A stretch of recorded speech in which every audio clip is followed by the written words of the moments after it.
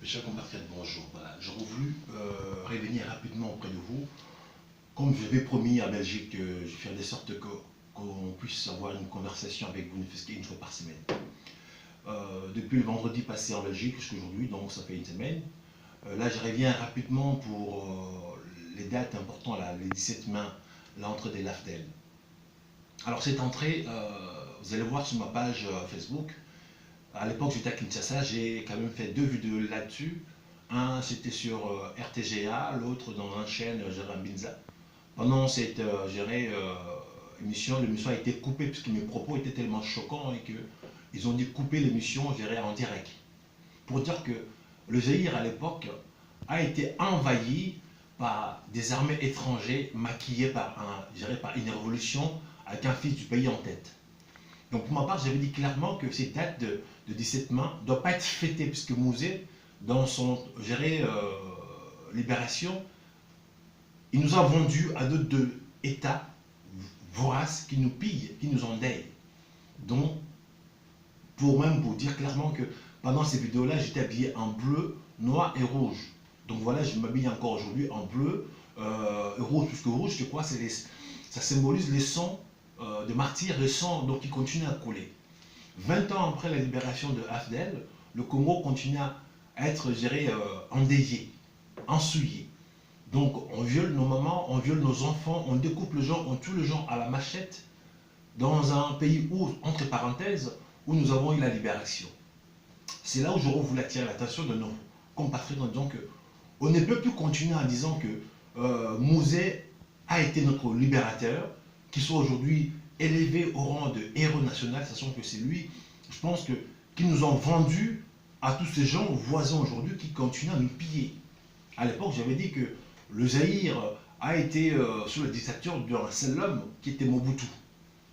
Alors un seul homme qui était notre dictateur, notre oppresseur à l'époque, et qu'on a fait enlever pour que cette fois-ci, il y a tout un État, plusieurs États même, qui deviennent nos oppresseurs en même temps qu'ils continuent à nous endeuiller et au passage piller nos ressources. Donc pour ma part, le 17 mai, c'est une date qu'on ne doit pas les fêter, on doit plutôt chercher au fur du temps de la bannir. Parce qu'aujourd'hui, le Congo, et depuis cette date-là, est sous oppression, sous un otage ou de plusieurs États qui pillent notre pays, qui violent nos moments, qui endeuillent.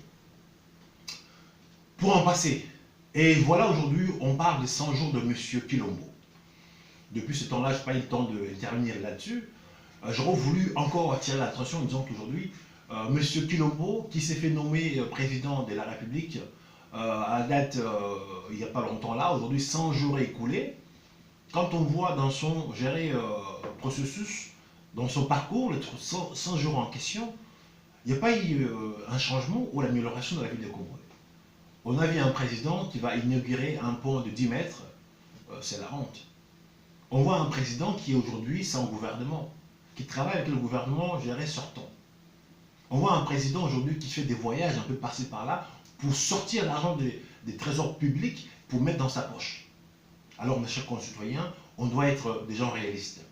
On ne peut pas se prétendre être un président élu et puis ne pas avoir la mainmise sur des ministères régaliens ou au pire des cas, être un président ou qui ne peut même pas sortir un gouvernement ou travailler proprement. D'un côté, son parrain qui l'a nommé, qui lui fait l'ombre. De temps en temps, Kabila qui convoque le gouverneur à son Kingakati, qui est tout le temps à gérer en grande pompe auprès des médias, sachant qu'un président sortant, il doit rester dans l'ombre pendant plusieurs temps pour ne pas faire l'ombre, excusez-moi la tautologie, à un président qui est en place.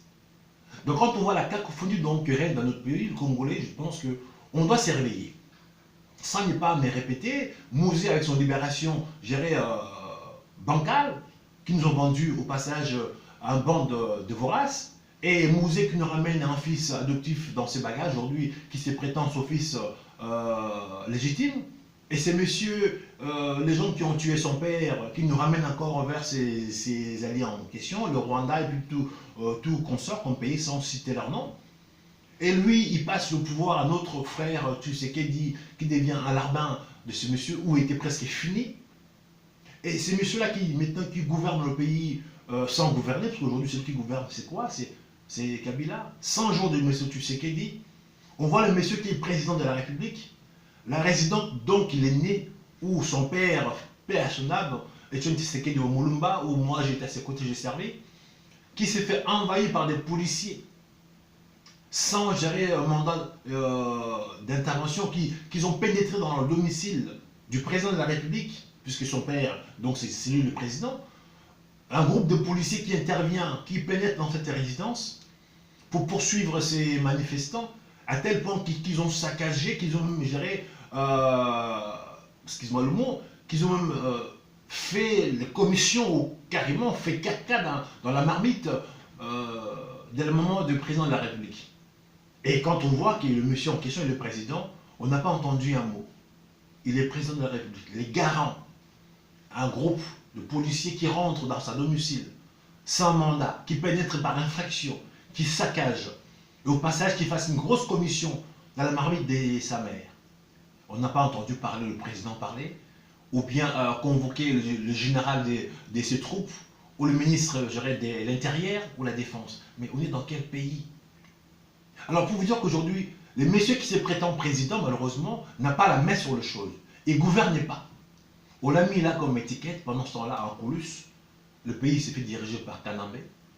Et puis on voit ces messieurs-là recevoir en grande pompe des officiers généraux rwandais qui viennent chez lui en disant que oui, ils viennent pour créer la paix. Mais messieurs, pour que le Congo puisse avoir la paix, on n'a pas besoin d'aller chercher, je dirais, la même mise de Paul Kagame et ses officiers rwandais, parce que c'est eux aujourd'hui qui sont, je dirais, à la base de nos souffrances. Monsieur Tshisekedi, si tu cherches peut-être les alliés, ou bien les gens qui peuvent te sécuriser le pays, les Congo a ses fils dignes qui œuvrent dans ce domaine-là. Vous n'avez pas besoin d'aller chercher des généraux rwandais aujourd'hui qui pillent, qui endeuillent la population congolaise pour sécuriser le Congo. Parce qu'aujourd'hui, pendant qu'ils viennent nous voir officiellement, non officiels aujourd'hui, qui continuent à piller, quand on voit ces villages de Massissi créés en toutes pièces par Robert Roy, on commence à enlever le Congolais géré d'origine pour remplacer la population Tutsi. Alors mes chers concitoyens, vous devez vous réveiller.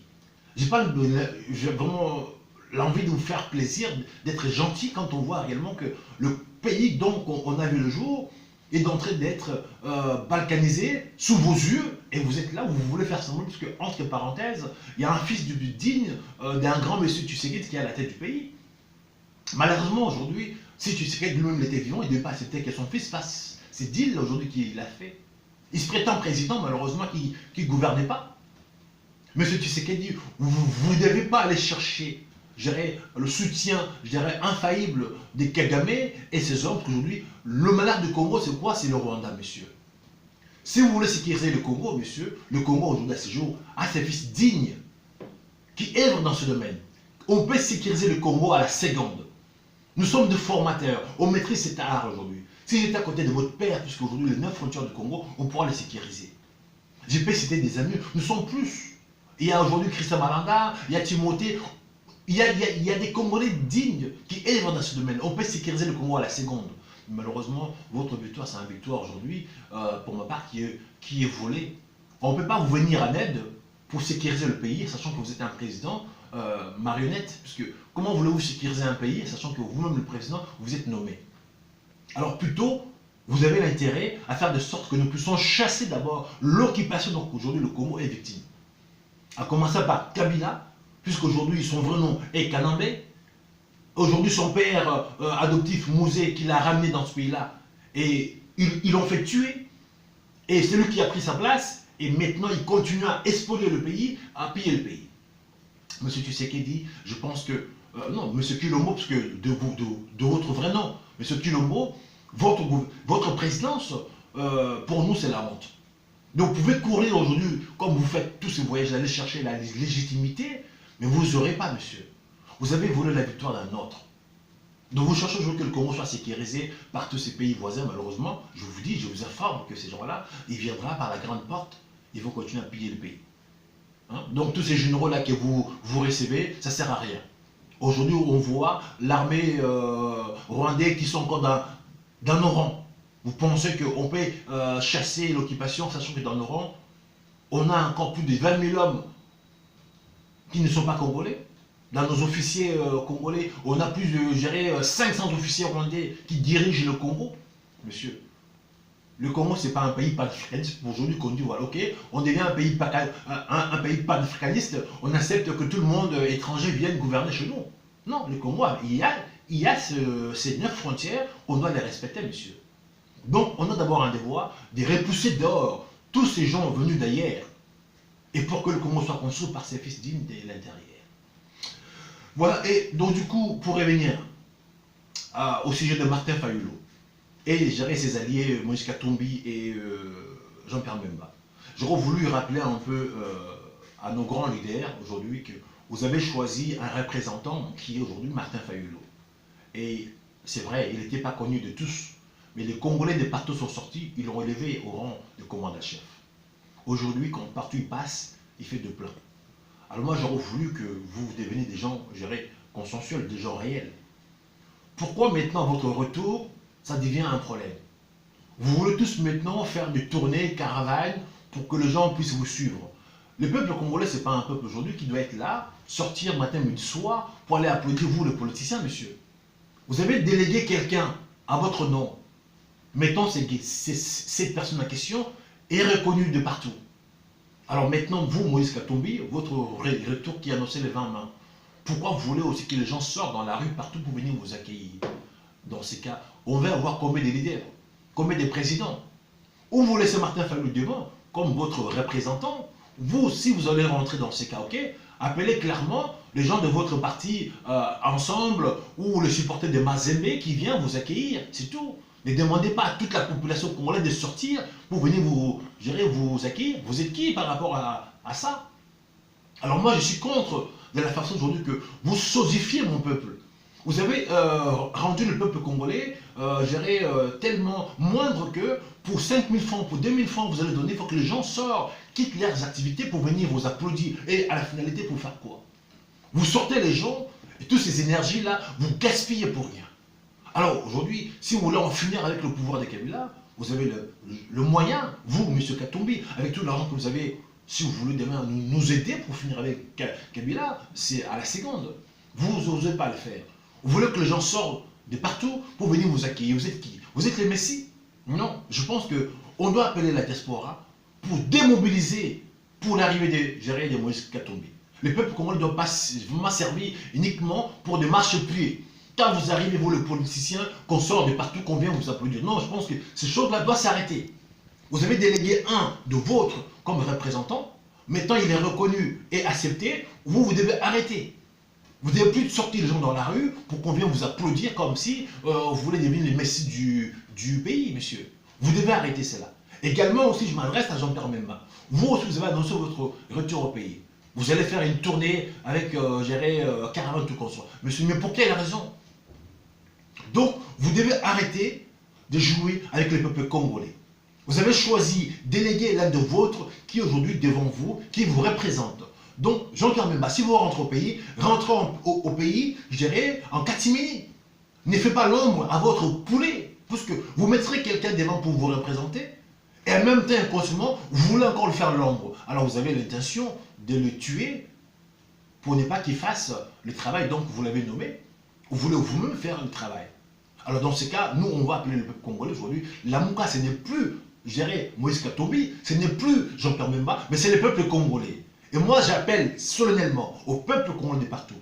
L'arrivée de Moïse Katumbi, il faut qu'il soit un fiasco. Pour qu'il prenne conscience que le peuple congolais ne peut pas être derrière Fayulu, derrière Moïse Katumbi et derrière Jean-Pierre Bemba. Il ne faut pas diviser les gens.